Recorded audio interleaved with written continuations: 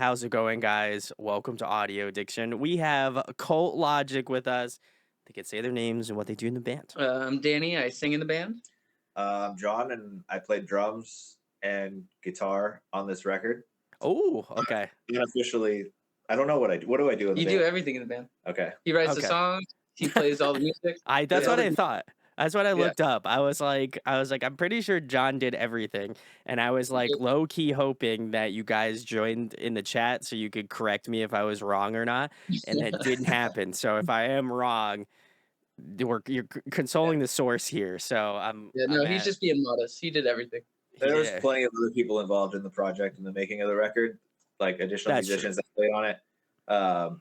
But yeah, I did a lot. I had a part in each instrument, I guess you could say. Woo. And other people, friends, came in to play various things on the record and help make it what it is. So yeah, it was fun, man. It was a good long process to make it, but it was enjoyable and kind of remind me why I like doing this stuff in the first place. Yeah, of course. Well, obviously, as I mentioned in the live video, if you join me obviously you won't be joining me just from the live because this will come out a little later than the live. But if you want to check that out, you can check the link in the description. But uh, I've known these guys for a very long time. In fact, they were I think one of the first bands I interviewed in like my first year of doing audio addiction. So they have a special place in my heart. I'm always gonna have them on whatever future projects they do. Hopefully, best of luck with Cult Logic. But it was cool for me to kind of go down memory lane a little bit because I did go back and listen to some Welcome to Limerick stuff, and just to kind of get my toes wet. Give me a little bit of a leg up on it and it still holds up, man. It's crazy. Like I went back and I was like, "Damn, this still hits. I like this." Yeah. I got to throw it back in the rotation again. But then John was like, "Actually, we have the whole new album. It's out now. Wasn't supposed to come out, and it came out." And I was Yeah. like, "All right, well, I guess I'm checking it out before I have them on." And luckily enough, I got out of work like earlier, so I was able to do it. But yeah, I was really surprised at kind of like the songwriting aspect of this. Like it feels like so nostalgic in certain parts, but then in other parts it's like holy shit, they like went a completely different direction and something that I wasn't really expecting. In terms of like kind of the writing process and as well as getting like Cult Logic together, what kind of striked you guys to rekindle that project or rekindle the love to do this project because I know Anthony, you work with Anthony as well too and stuff, and obviously he was in Welcome to Limerick too, and I'm just curious what kind of motivated you guys to want to create music again because I was surprised that you didn't create it under Welcome to Limerick and you decided to just do something fresh and new. So Sure. So I guess I'll take that Yeah. question. It's a you question. The pandemic. oh, okay. Yeah, we're taking it back to 2020, Hmm.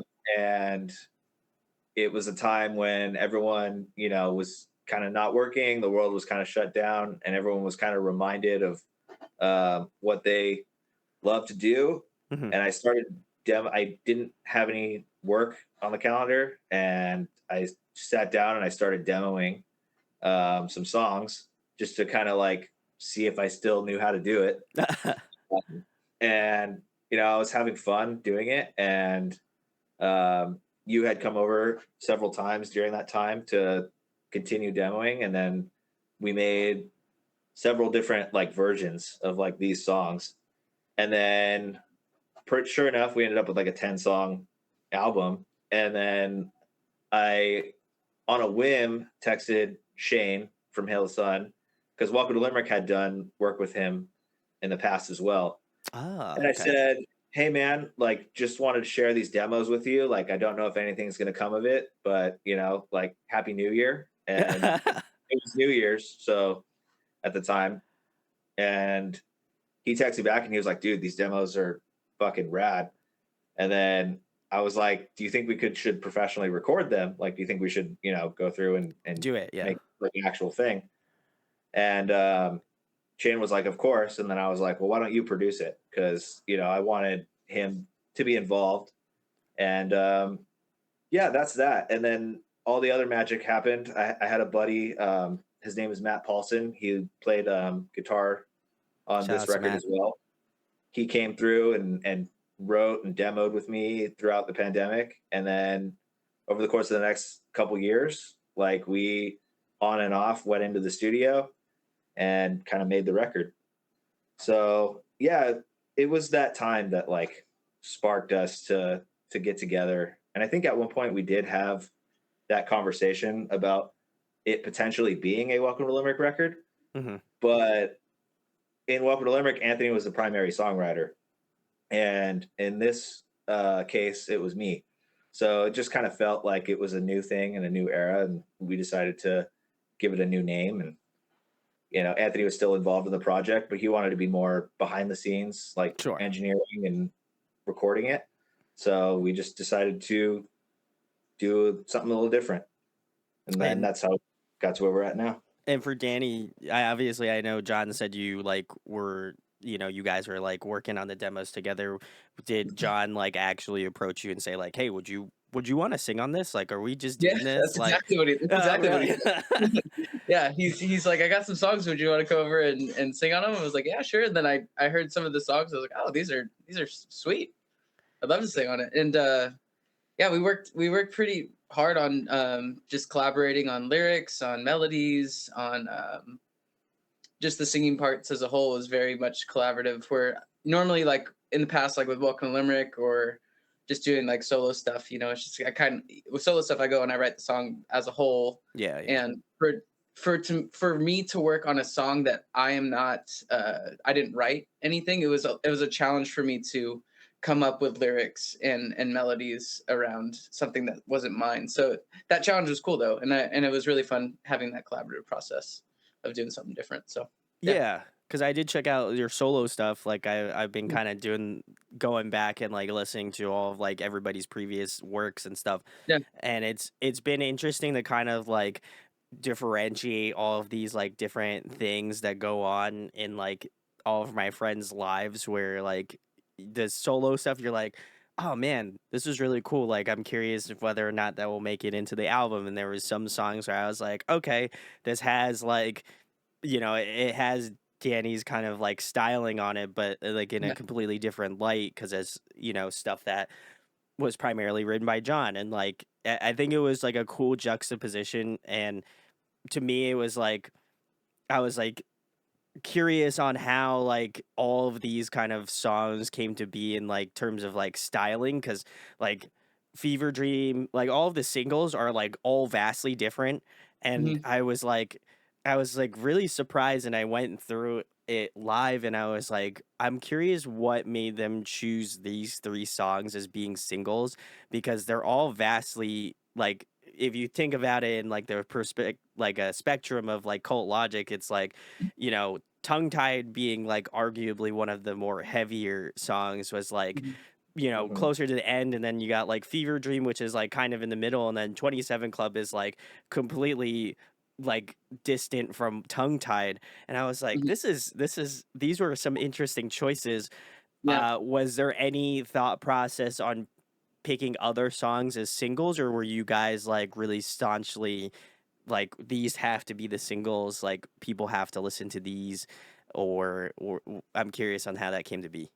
I think I have my input and then John can have his input. I think because every song is kind of different in its Mhm. own way, I would agree. it was hard to pick a song that kind of personifies the whole project because each song does kind of seem different in its own way. Yeah. So like to put a song out as a single, like My Mistake, and then you go and you listen to like Handcuffs, you're like, Yeah. oh, that's not even the same band, you know? Yeah. So yeah, so I think we felt like with 27 Club, it was like kind of somewhat in the middle. I would agree. Um, Yeah. for somebody to be like, oh, okay, this band's like a rock band. All right, I got it. And then like so that and then that spectrum can kind of go from there.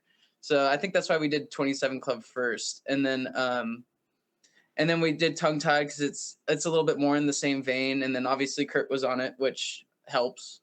Yeah. And then Fever Dream, I felt like it was just kind of like gradually in the same vein, but kind of get different ideas and different perspectives from the band from that way. Do you have any thoughts? I think you summed that up perfectly. Okay. I think, yeah, it was difficult to pinpoint what song was going to be the single. They were written pretty much in order. Oh, okay. Like pretty much like the order.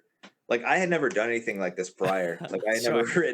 written a record from top to bottom, and so there were so many conversations about like what the track list should be and what like, and for so long they were just track 1, track 2, track 3, right? Oh, yeah, of They were course. pretty much written like in that order. Um, so it was really just a matter of like as the record, when it started, we were, like I said, in the early days of that pandemic. So the Mhm, record was a mhm. little angrier. It was a little heavier. I think Yeah. initially the demo of Fever Dream was heavier than the actual song ended up coming out. But it was, I set out with the intention of making an angry sounding record. And then as things progressed, like it got less and less, Yeah, it you could was less and tell the drop off. Yeah, less, right?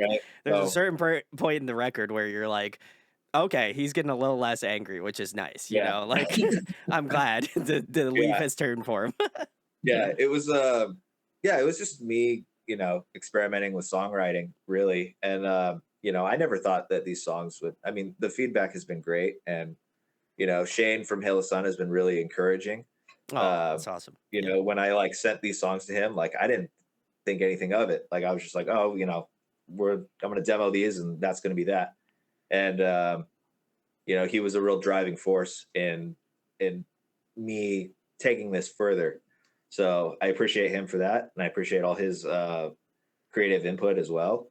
And it was fun, man. This record was just this friendship, like it was just us like coming back together and doing something fun. Yeah, I will also note that, and I made note of it in the live too, like, it's so interesting to listen to this album knowing you're a drummer first and, like, the structural, like, the way that you structured out some of the songs, I was like, "This is really unconventional." Like, there was some parts in the song that I, like, almost, like, inherently, like, had, like, a mental head scratch moment where I was like, I don't know if this really works, but then I like kind of like was like listening through and then it came through like in the second verse and I was like, oh no, I get it now. It clicks. Like and I inherently had those moments, like I would say I would say probably on the latter half of the album, like everything like below 27 Club, I was like, okay, there's some really wild songs like Toxic Attachment was my favorite off the Mm. record. And that is arguably the most different than any of the singles and a lot of the songs off the record. And I was like, this is so like drummer centric. Like the groove feels like so drummer driving that I love it. But then I listened to like Tongue Tied where it's like really aggressive and like you're able to kind of whip out a lot of that energy. So it's like in terms of that writing, John, for this record, like obviously you took a lot of different influences and a lot of different vibes, but did you just kind of go into it thinking like clean slate, I'm gonna do something, whatever works, whatever I spit out, whatever gets thrown into my DAW, like is gonna Yeah. happen. That's it. I'm just curious on like what you may have started with first when writing the record, like starting out. Was it like did you inherently think like okay, drums is my jam, I gotta start off with drums, or did you kind of like look at it from a different perspective? Every single track started out in a different way. Oh, Uh, okay. I think some of them, yes. I think "Toxic Attachment" you mentioned, like that was a drum and bass song first. Yeah. Like I had laid out the drums and then I put the bass on it. "My Mistake" started out with a MIDI loop, Hmm. um, and "Fever Dream" started out with a guitar riff. The heavy intro riff Yeah. just was all it was in the beginning. Um, they all kind of had a different starting place, I guess you would say. And it was really just a matter of a whole year of doing nothing but playing instruments in my room. Like, most of the songs were written, like I said, during during the COVID era when we were shut down, Mhm. and I did nothing but just write and just play music again. And I felt like I was a terrible guitar player. That's And not then I bad. It was good. I thought it was good. If you didn't tell me you played guitar before this point, I don't think I would have batted an eye. yeah, I feel like I was like learning how to record and I was learning how to write songs, and that every single one started out differently, I would say. Very cool. Well, I'm curious on. I'm sure I'll find out eventually, but I'm curious to go back and listen to this and like because I feel like listening to it once through live is like a cool experience, and I always love to share that with like the fans and stuff. But I also feel like I love listening to it after the fact, and I'm like, damn, this part was really cool. Like.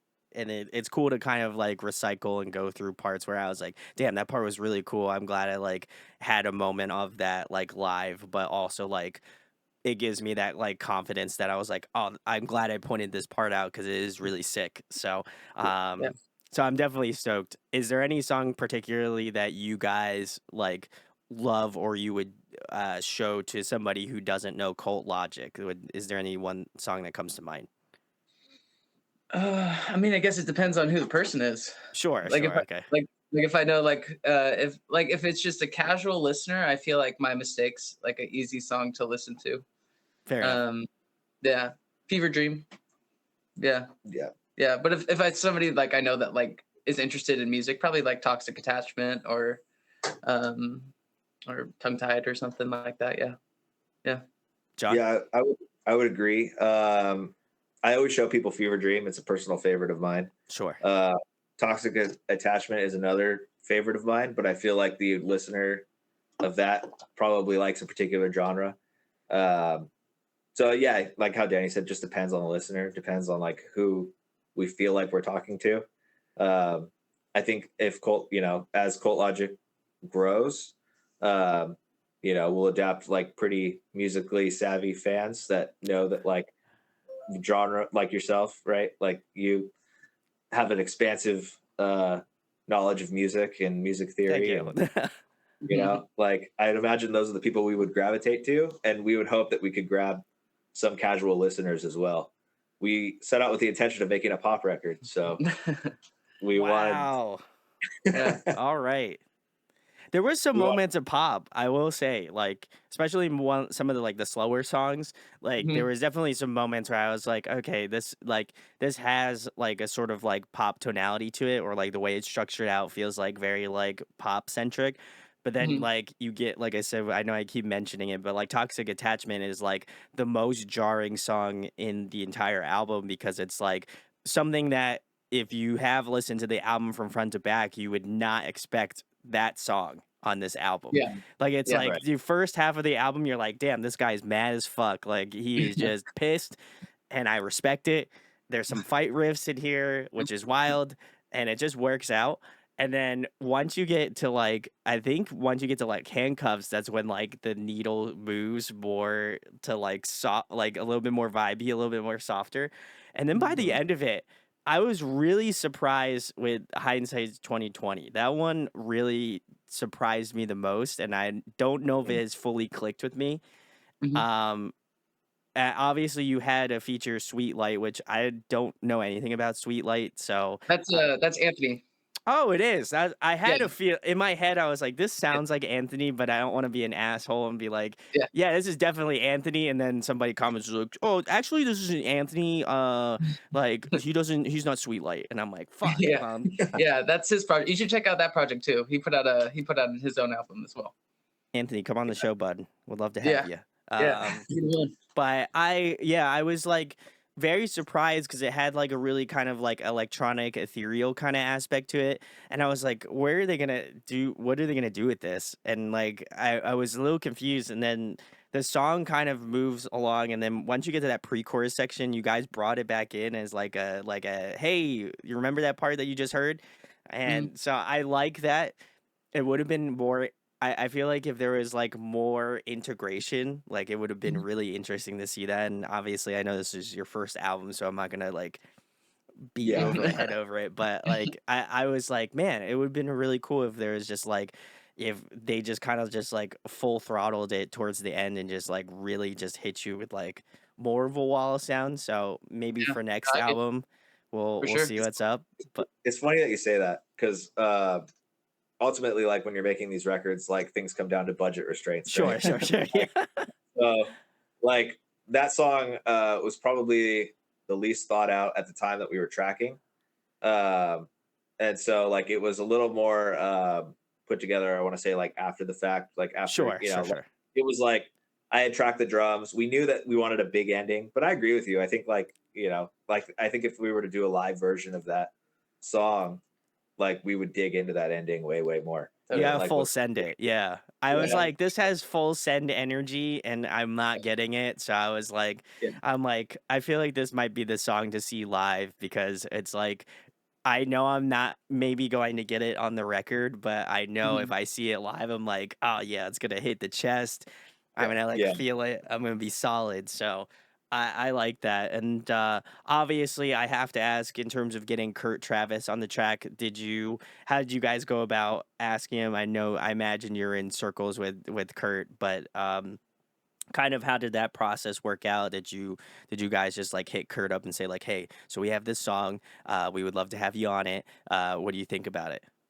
Yeah, we've known Kurt since a lot like birds, but Kurt took Andreas out when I was playing with them, like Yeah. right after the first tour that we did, and so we've always just been good friends and talk here and there, and he's just always been a good dude, and he's been like super encouraging and whatever I'm doing. So I just texted him. I was like, "Hey, I have this new project. Do you want to be on it?" He's like, "Yeah, for sure." And then so I sent him the song, and then he just kind of gave me a call. He's like, "All right, I'm gonna record it today," and um, talked to me about it. He just sent it to me, and I was like, "Yeah, it's perfect. Sounds great. Thank you." yeah. Yeah, he just nailed it first time. I was like, "All right." He's like, "Nothing else? You don't want me to change anything?" I was like, "No, you killed it. It was great." So, but yeah, yeah, he's just a great dude, and he's one of my favorite vocalists. So it's Same. really cool for me to have him on a song that I'm singing on, so we can sing together. It's super cool. Yeah, I Yeah. had a little bit of that moment as well. One time I was driving, like obviously we had known Kurt for so long, and we know him so well personally. But I was driving in my car one day, listening to the record, and then it came on like Kurt's verse, and we were such big, a lot like Birds fans when we were younger, like just huge, a lot like Birds Yeah, fans. same. And, yeah, it was cool. It was like a moment. I was like, oh shit, like wow, that's really cool. Very nice of him to do that with us, and it makes the song that much better, and we appreciate it very much. We had a blank spot on the album. We had like that verse open, and we were like, who can we get? And took a shot in the dark, and Yeah, Kurt was gracious enough to do it for us, which we really appreciate. yeah.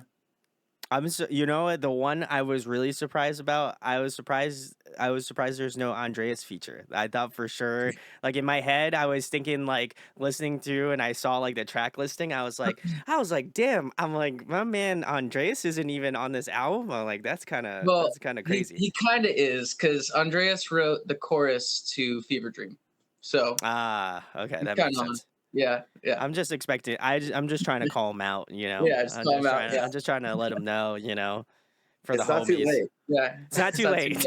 Yeah, it's not too We can late. retrack it, Yeah, Well, we'll save it for the next album, Yeah, Andreas. If I don't see you on the next album, I'm gonna be, your boy gonna be a little upset. But, yeah. um, I was a little. There was definitely some features that I was like, I know these guys are real close, so I'm like, I was surprised that there was no Andreas and no Donnie. I feel like Donnie from Hail the Sun. Like those were the two that I was like, other than Kurt and obviously, Anthony. I was surprised that those 2 weren't on, like, a song or something. Obviously, I know, like, budget and time is, like, It costs too big much. thing, That's costs for too sure. much, Yeah, they're they too got expensive. they too much Yeah, vocal bucks, I get yeah. it.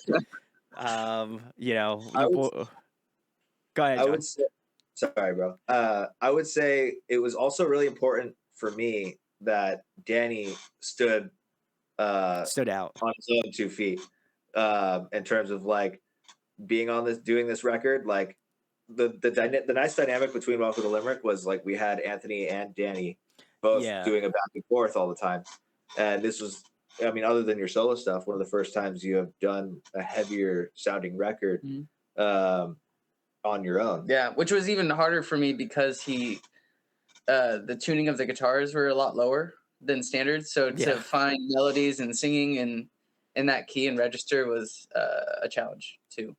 But I also want to give a shout out to Alan. We did a lot of vocal tracking with Alan, Shout out to and Alan. and he is so good at what he does. Just pushing you and encouraging you and getting the best take possible. And so shout out to Alan for being a legend and doing that. Big love, There's Alan, too.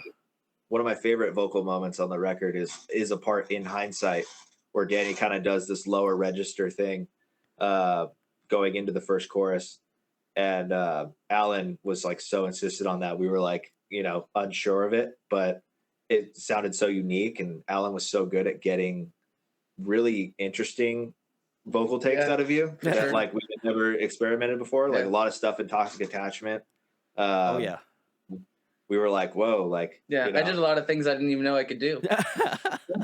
So Alan is a master of his craft for sure. Like any other bands that are hesitant about working with him, I mean, work with him because it's fun. I mean, it's intense. Like he like sing stuff over and over and over again. And, but you got the best take out of it. So yeah. There were some moments where I was like, man, they're really like.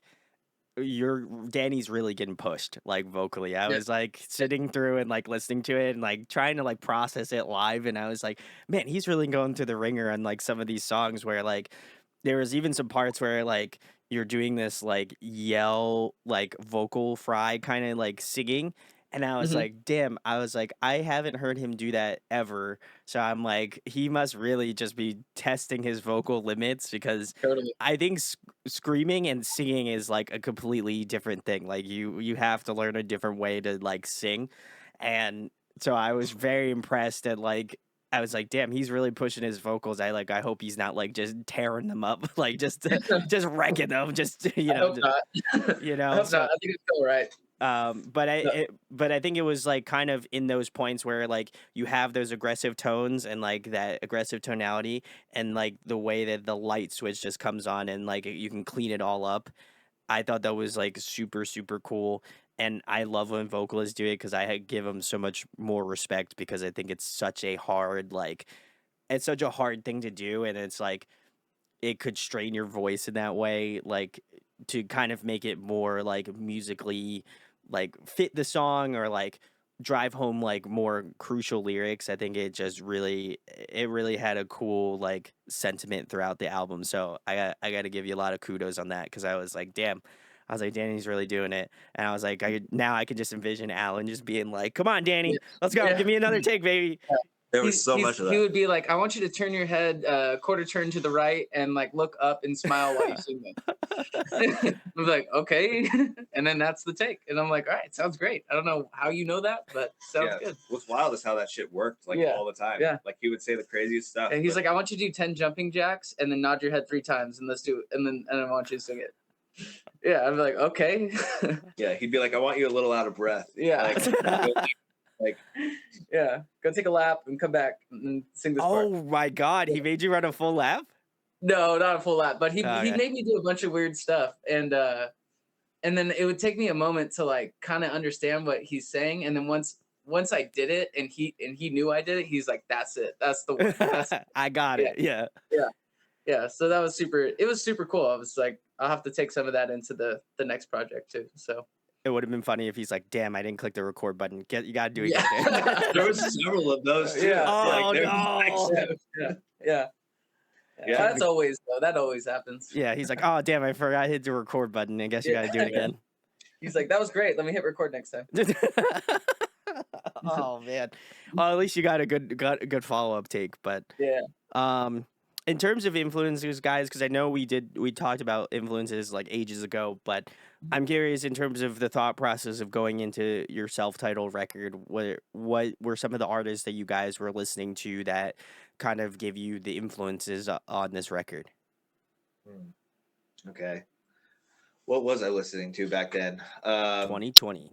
The Used was a big influence for me. Oh, okay. Yeah. I was revisiting a lot of older records in that like 2005, 2006 era, which I'm still just a huge fan of music Into, from that, yeah. For you sure. know. And so I was listening to, actually, I think it was one of the newer Used records. Like they had just put out a record um, around that time, and I was like, yeah, I loved the way it sounded. So I would say the Used, obviously, Thrice was a big influence, Ooh, okay. um, and like weird stuff. I mean, I was listening to a lot of like Drake. I think Passion Fruit had come out around that time. Like the Drake record had come out around that time. Interesting. Okay. Um, I don't know. It's hard to say. I mean, obviously, I love all kinds of music, so it's hard to know like what exactly pinpointed or what sparked what song. But when I wrote Handcuffs, like I wanted to write like a really just heavy anthemy song, and Yeah. um, I think it was Shane and Anthony that were like, "Hey, like pull it back a little," like you know what I mean? Like that song was heavier, like there was a little more like intense like drum parts in it and certain things, and then I think Anthony and Shane were kind of just like, "This would be cool if it had a little bit more of a mellow but still kind of heavy vibe," and Yeah. so I give them credit for that one. But yeah, I don't know if that answered your question. What No, about you? you crush it. I'm trying to think of like each song when I heard it, because they are so kind of different. I kind of had a different influence for each one singing wise. Like Fever Dream, it kind of reminded me of like Blue Sky Noise. Yeah. Yeah. Yeah. So that was kind of my influence for that one. Dark Thoughts kind of reminded me of a Muse song, Hmm. Okay. MEW. So like I kind of did the chorus more of like a higher like falsetto for like a Mew kind of version of that. And then My Mistake kind of reminded me more like a Emerosa with Bradley. So Mm. I kind of wanted to sing a little bit more like R&B type of vibe. Um, Hindsight was kind of like Taking Back Sunday esque. Yeah. So I wanted to have a little bit Atlas more Taking area. Back Yeah. Sunday vibe. Handcuffs reminded me of like a Deftones song, so I wanted to have more of like a Deftones vibe to that one, like Hmm. more of like softer and quieter.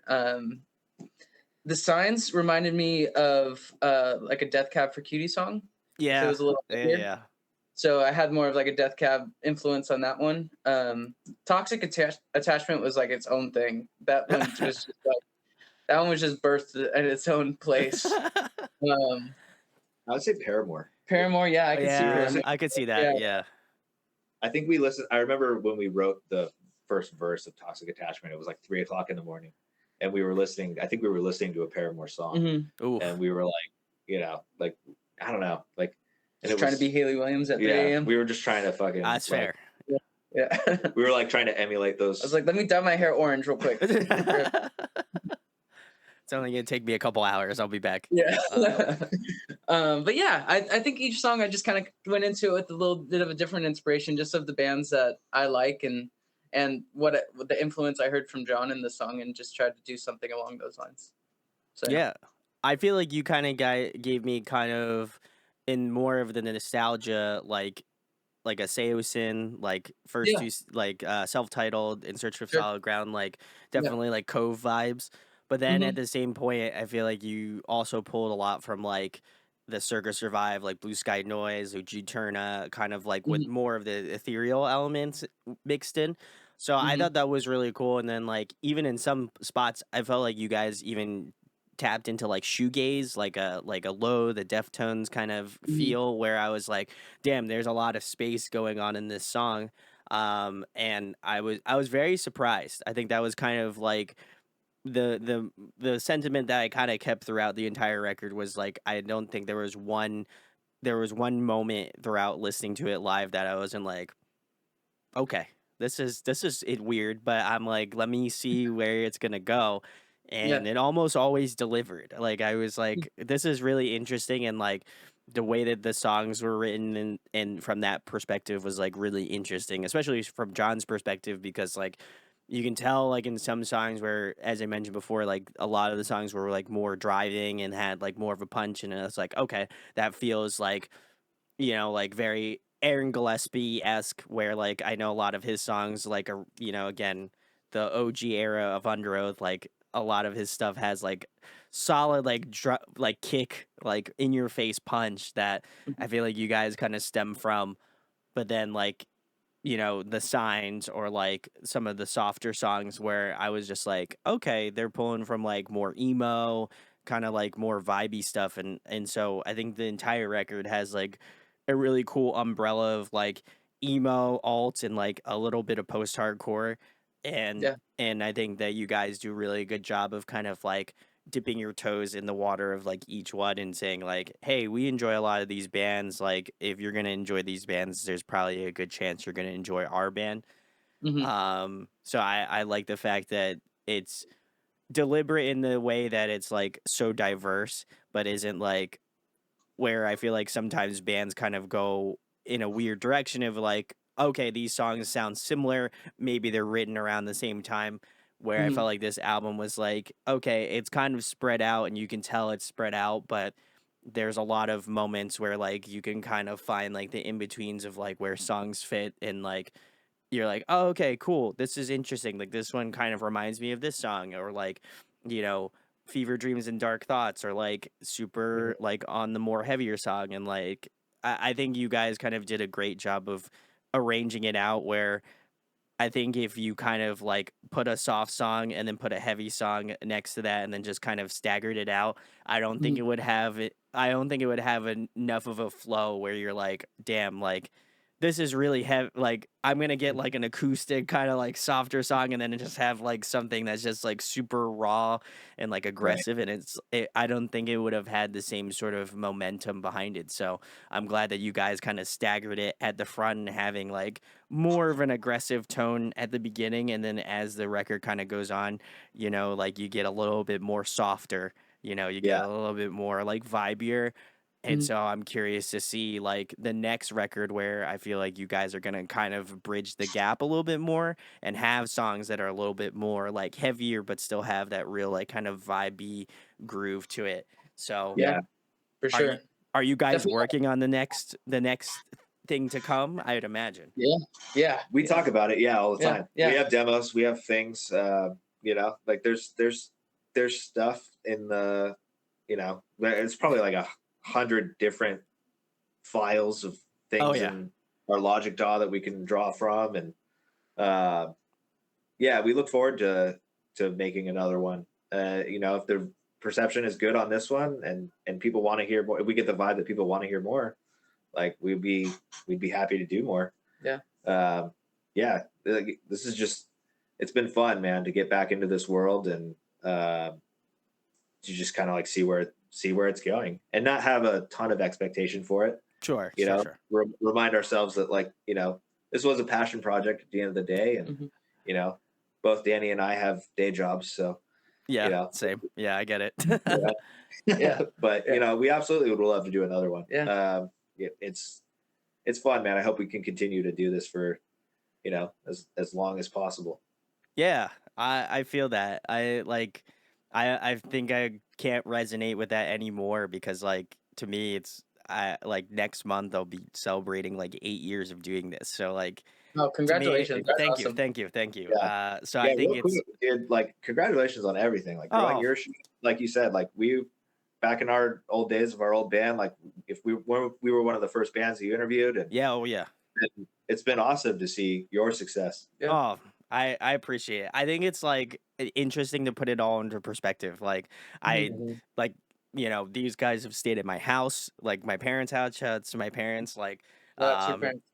they like I would have never had that happen otherwise. Like it's to me Yeah, it's like I was thinking about that like the other day. I was like, man, I had like so many homies that like I met online that like could have absolutely just like killed me, you know, or something, but they didn't. So it's great, you know.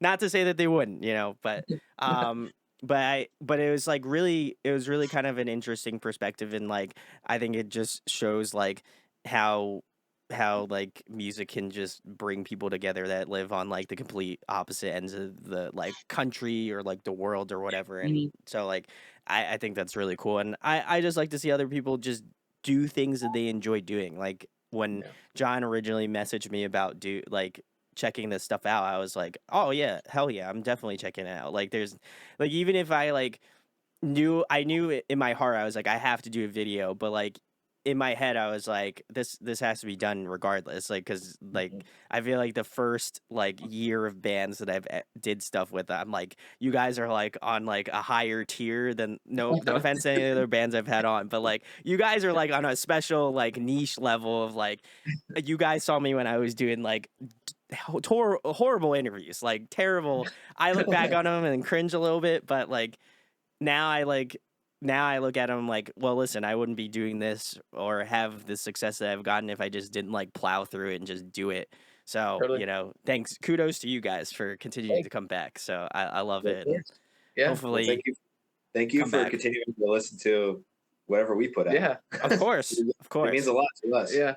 it's reciprocal. Like I It feel is. like It is. like you guys support the homies. So like to me, it's like I knew it was something I had to do in my gut. So, and Andreas, don't worry, I'm doing your new album. I haven't checked out a couple of your albums in a little bit, but don't worry, His new one's amazing. Dad's His coming new home. So, hope to Yeah. have you on so we can talk That's about a it. good record too. Yeah. Yeah, we'll tell them to go on. Don't worry. Yeah. We'll Okay, tell. good. Just be. I'll see I've him tomorrow. funny thing is I've texted him to come on, and he's just like, okay, cool, and then just without message me about it, and I'll message him again, and he'll be like, oh yeah, and then just never gets back to me after. So I understand. Listen, as from one busy man to another, I get it. So, but when you come back, I hope we can set this up because Yeah. I haven't talked to Andreas in a little bit. But the next question I have for you guys is: I know you had again. We talked about Kurt Travis. We talked about Sweet Light of having guests on.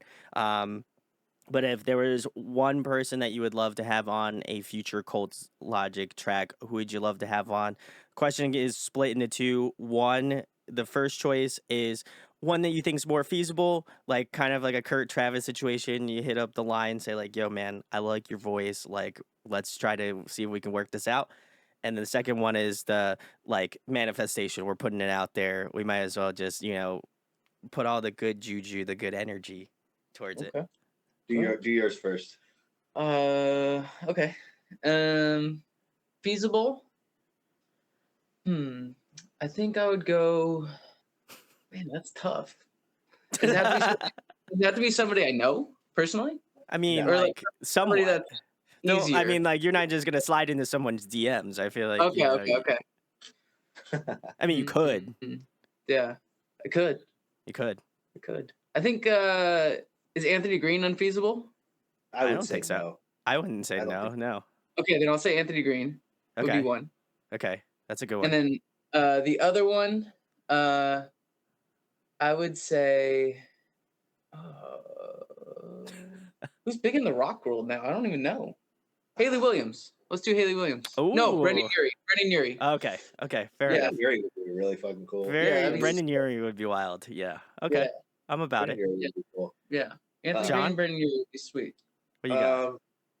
Anthony Green would be very. I don't want to say the same thing, but Anthony Green would be a very cool one. It would be kind of a full circle moment for me. Okay.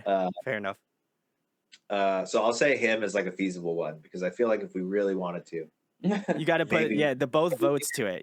That's extra maybe- energy. Yeah. That's like Paul Donovan, tell And, him to talk to him or something. and I would say completely unrealistic one would be, geez, who do I really like right now? I don't know. It's This tough- this it's is tough probably on the spot. possible too.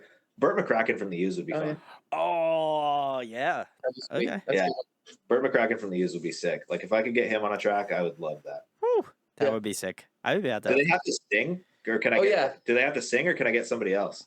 You do whatever you want. This is your dojo. Because I'd like to make a record with all kinds of people. You know. Okay, what's a non vocalist? Do you have a non vocalist choice? I think if I were to give up drumming on a song, I'd want Travis Barker to come do some Oh, okay. stuff.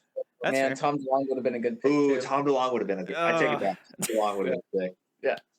We're real big fans of the new Blink record. Yeah, So. love the new. Blink Okay, record. okay. I I'll go haven't on with listened. I haven't listened to it, and I think I'm gonna get a lot of flack for it. And the only reason why I think I won't listen to it is because I think it's very weird that like a middle-aged 40-year-old is gonna be talking about like getting his heart broken with, even though I know he's married and has kids. Like, Yeah, damn straight. Like, I don't know. It doesn't resonate with me. It's I fair. mean, and listen, I listen to a lot of emo music. I'm still an emo. I mean, like literally, my nails are painted black. Like, um, so I get it, but like, yeah, I can't.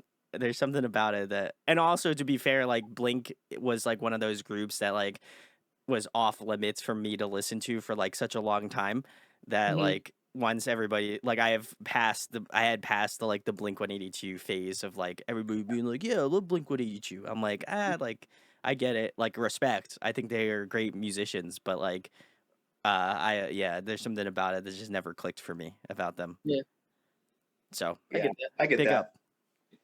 I get that. Yeah. So you're Like- so John, you're swapping out. Are you swapping out Anthony Green for Bert and then putting Tom in the dream slot, or what are we doing? I think I could get to Tom. You think you could just? I get this off.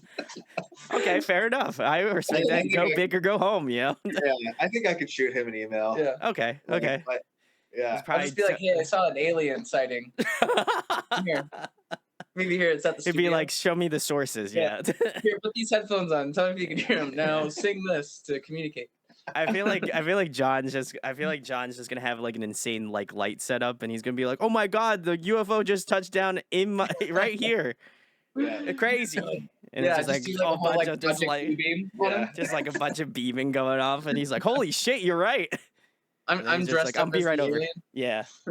There we go. We have like, you're like, wait, the alien wants you to talk into this microphone. You're gonna have to Yeah. sing these lyrics. Yeah, this is how you communicate with them. Yeah. I want to make music with anybody who wants to make music with us. Yeah. That's Fair enough. Fair enough. you know, anybody who wants to come have fun and make some cool shit, I'm down. Yeah. So open invite to anybody to be on the next CoLogic record. Tom There we DeLonge. go. Tom DeLonge. Yeah, where you at? Tom I'd love to do Dallas Green too. Dallas Green. Woo! Yeah. Big Love that ups. guy. I love Dallas Green too. Well, guys, listen. If you want Cult Logic to work with Tom DeLonge, Brendan Urie, Anthony Green, who else are we forgetting to mention? Bourbon Kraken. Yeah, if you want to have them work with all of these chef's kiss vocalists, you can go tag them on Instagram and then type in the word collab ?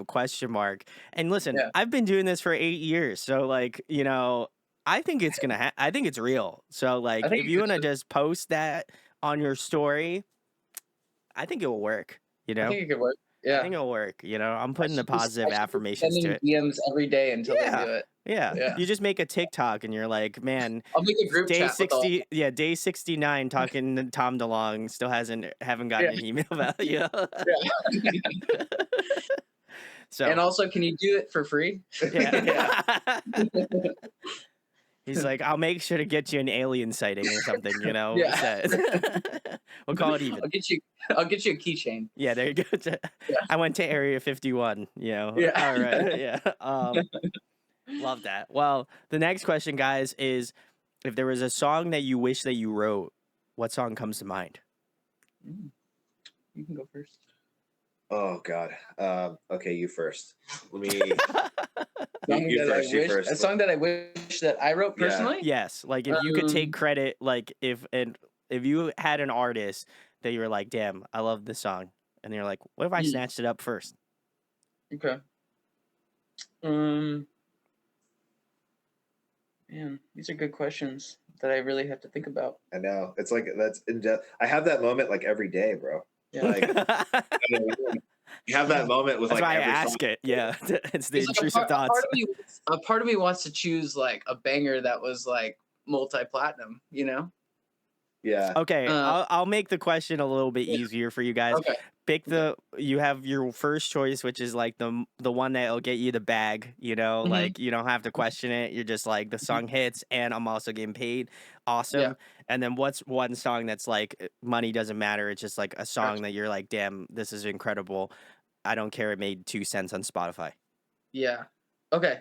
The one that's just gonna make me millions. I'm gonna say I got it. Usher's "Burn." Ooh, that's a good Yeah, one. Yeah. I Okay. love that one. Okay. Okay. Yeah, Usher's "Burn." And then a song that I just think is amazing. Uh, Song I just think is amazing that I could just put on at any time. I would say "Everyone Feels Like You" by Owen. Ooh, that's Yeah, another good one. Okay. yeah, yeah. That's I'm one. vibing with that, Danny. Yeah. John? So I googled it. Okay, The respect. highest grossing song of all time is Bing Crosby's "White Christmas." Oh, that makes sense. Wow. So I wish I wrote Oh, that because Okay. I wouldn't have to do anything. what if You you would wrote like? not. What if you chose like Beethoven's Fifth? Yeah, You know? you know. Well, that's public record now, so it might not be worth as much now. That's the one that got you the bag, right? Yeah, it's got the bag. Yeah. And then a song that I wish I wrote.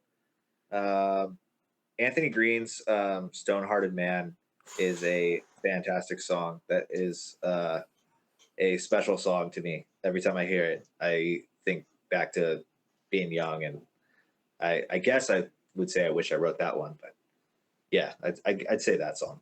It's a solid song. Yeah. Another one that'd be kind of funny was like "Friends in Low Places." Like the song that plays in, Ooh. like every bar, you know? Like Yeah. that'd be kind of sweet to be like the person that somebody puts that on the jukebox You're wherever just you're at a bar. like, you just Yeah, cheers yeah, the song. I yeah, got you. Yeah, respect. yeah. Okay. That'd be cool. I was listening to 30 Seconds to Mars this morning to The Kill, just came Oh, on Spotify radio. oh, I had that same thought, man. I was like, shit, I wish I wrote this song. That's a good song. Song slaps. Yeah, that it song does. is a heater. I don't care Yeah. about Jared Leto, but man, he crushed that album. That is Yeah. a There's so wildly good many album. there's so many people that write better songs than we do. Yeah. You know? I mean, I don't know, man. You guys wrote "Toxic Attachment," so I think that's a banger. That's true. It's true. That is the #1 song of the year so far. No, yeah, Yep. number one. It's still a little early. Yeah. No, I always think that's like the question I love asking because I also have like the intrusive thoughts of like, man, what's gonna make me that $1 million? What's gonna make me Mhm, that bag? Like, what am I gonna just have stupid money on? mhm. And then I'm just like, you know what? I think I could just one up it and just be like, imagine if I could just be DJ Khaled. All I have to say is Yeah. DJ Khaled and like we the bet. I just have to say my catchphrases. Like he's just a Mhm. cartoon. I just have to Yeah. say cartoon catchphrases and I'm fucking set. The boy Yeah. comes Yeah. out with like 2 fucking bags. I'm good. Yeah. I'm Yeah, yeah. that's good. That's a good choice. Any DJ Khaled song is mine. I feel like Yeah. I feel like I could pick any DJ Khaled feature track and I'm good. Yeah. I'll be driving a jet ski out in the middle of the night and not know how to get back home, you know. So I'll be good. Be good. No Speaking of offense to DJ Khaled. That shit's hilarious. I love it. But the next question I have for you guys is what is your Mount Rushmore of artists? Like what's for artists that you're like these have to be on like John's or Danny's Mount Rushmore? I picked two. You picked two. Okay. Mount I was Rushmore gonna say you artist. could have gotten 4 each, but Oh, okay. Oh, I thought you were saying like us collectively. No, yeah, Oh, okay, us individually. Okay. I don't know. You go ahead. Say Mike Kinsella. Ooh, okay. You do love him. I do love him. I actually we were playing in Chicago one time at the Beat Kitchen, and I was on the phone with my wife, and I was like, "Man, Mike Kinsella lives in Chicago. It'd be so cool if he just like showed up." And like, just talking, and then Skylar comes out and he's like, "Hey, Mike Kinsella's at the bar right now," and I was like, "Are you kidding me?" And then so I'm like, "I gotta go." So I go inside and I'm like, "Hey, what's up, man? Can I buy you a beer? I love your music." He's like, "Yeah." So we sat and just kicked it for like 2 hours and had some drinks, and then he's like, "Yeah, I'm playing at the Observatory with Phoebe Bridgers, American Football is. If you want to come," and so he put me on the guest list, and it was awesome. Yeah. That's amazing. Yeah.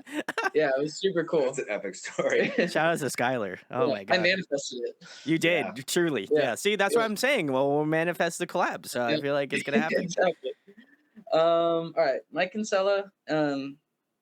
I'd say Dallas Green, Yeah. and other two.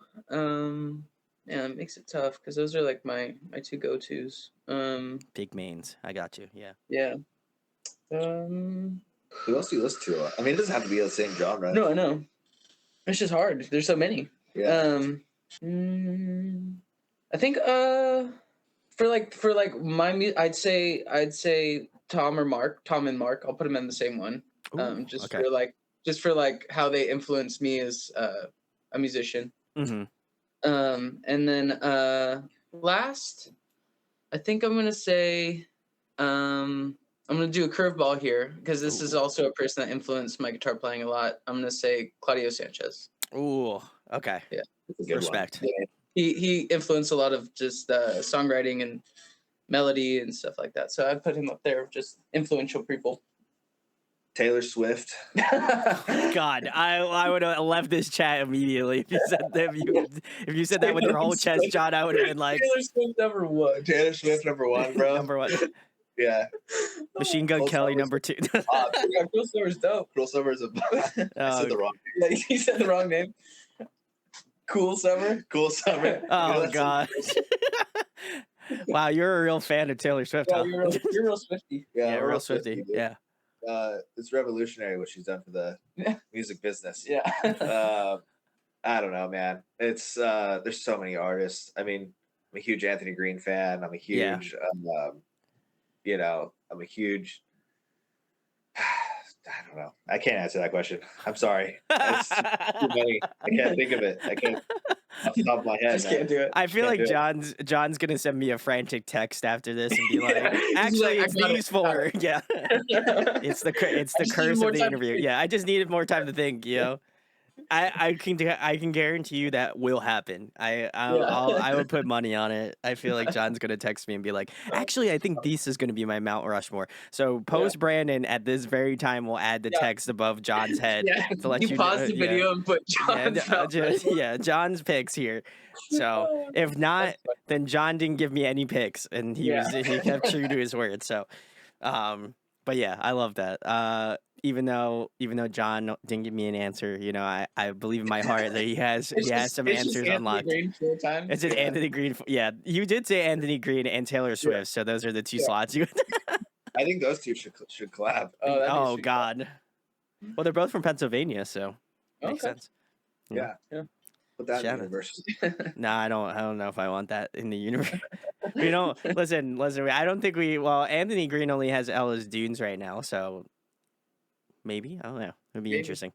Yeah, it'd be an interesting. Yeah, I'm a Taylor Swift fan, and I'm also an Ella's Dunes, fanboy now. That's crazy. Yeah. If you're both of those things, let us know in the comments. But I love that.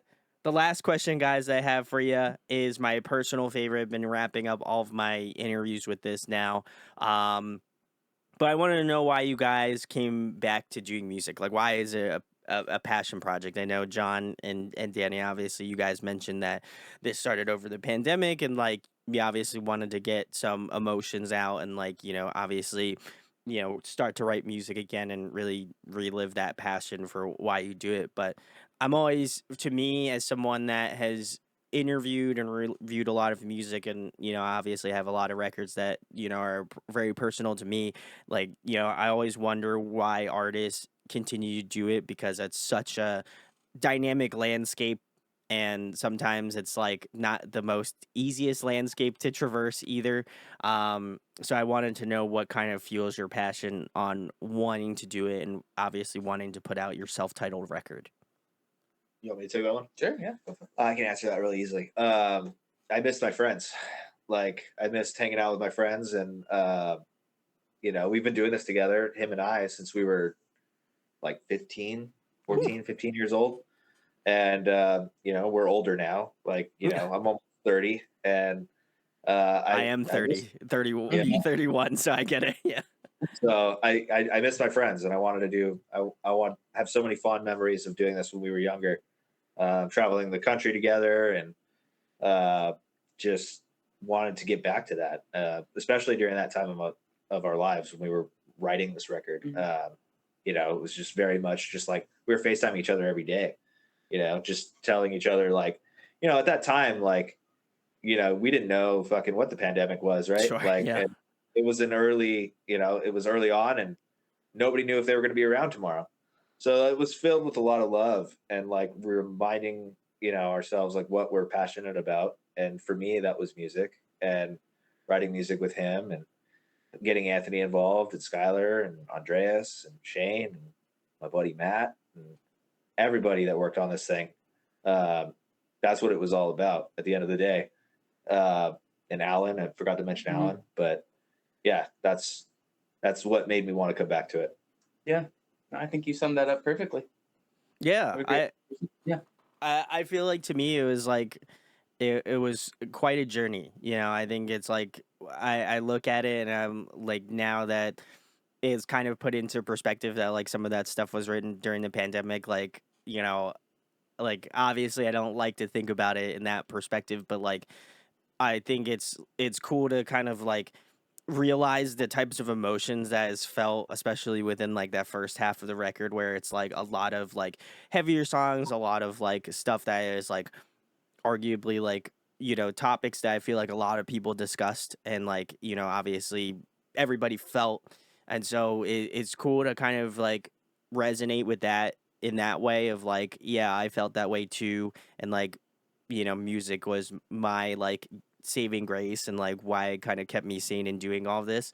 um but then at the end, like it's almost like the kind of like light at the end of the tunnel kind of a thing, and it's like and it's cool to see like the emotional shift throughout the entire album where it starts to change and you start to see like all of this positivity towards the end, and like yeah, I think obviously the song Hindsight's 2020, I think perfectly the title of the song perfectly surmises that sort of feeling.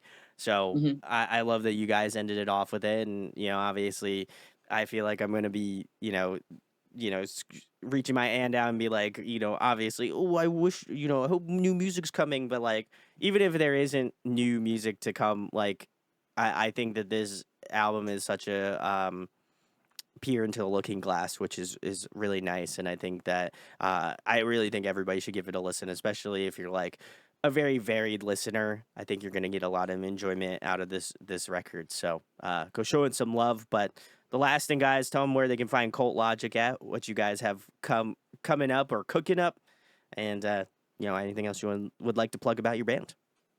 We got an Instagram page, and there'll maybe be a link in the description. There is, right? yes, you And got then, it.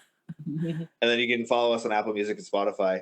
That's Woo! the extent of the social media we have Yeah. at the moment. Yeah. We haven't gone deep into it, but like, do we even really need it anymore?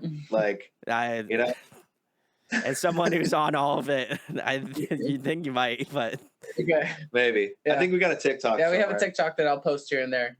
nice. But, yeah. So hopefully one of those hits. Yeah. Well, hopefully one of those It's shows the one up about and the posts. Anthony Green, hey, Anthony Yeah, Green, yeah, where you at? yeah. Yeah. We should just post this whole long form interview on TikTok. Oh God, it Just broken clip up it. into parts. Yeah. And You just can clip watch it. And then the. you gotta put the words so like people could read it too. You got to put the text. Yeah, you should do the text to speech. You're like, watch the full Yeah. interview here. Yeah. So Well, I should say something really controversial, but then like cut it and be like to watch it like watch the whole interview, and it's just this part, me talking about saying something at controversial. the very end, yeah. Yeah. You skim through the entire interview to just find something controversial. Oh my Here's the thing God. about women, and Yeah. it just Oh no. Well, hopefully these guys will continue on before they get canceled. I don't know, but we'll find out. I'm just kidding. Please go check out Cult Logic. Go check out their self-titled. I'll also leave a link to the live video I did if you want to go watch the whole thing and check out my thoughts on the record. That would be greatly appreciated. As well as that, again, go give them a follow on Instagram. I made a few jokes on the live saying like, I wonder if they just have Instagram, and I was right. They just have Instagram. So, correct. so they could go give them a follow on Instagram and also on Apple Music or Spotify. I gave them a follow on Spotify, so you should go do that. And anything else, give me a follow here on YouTube. Give me a subscribe. That would be greatly appreciated. Got a ton of stuff cooking for 2024, so I'm really, really stoked. And huge thanks, of course, to Cult Logic for coming on and chatting with me tonight. Thank you Thank for you so much. listening to the record, and thank you for talking to us. We really appreciate it. Yeah. Thanks for being the best.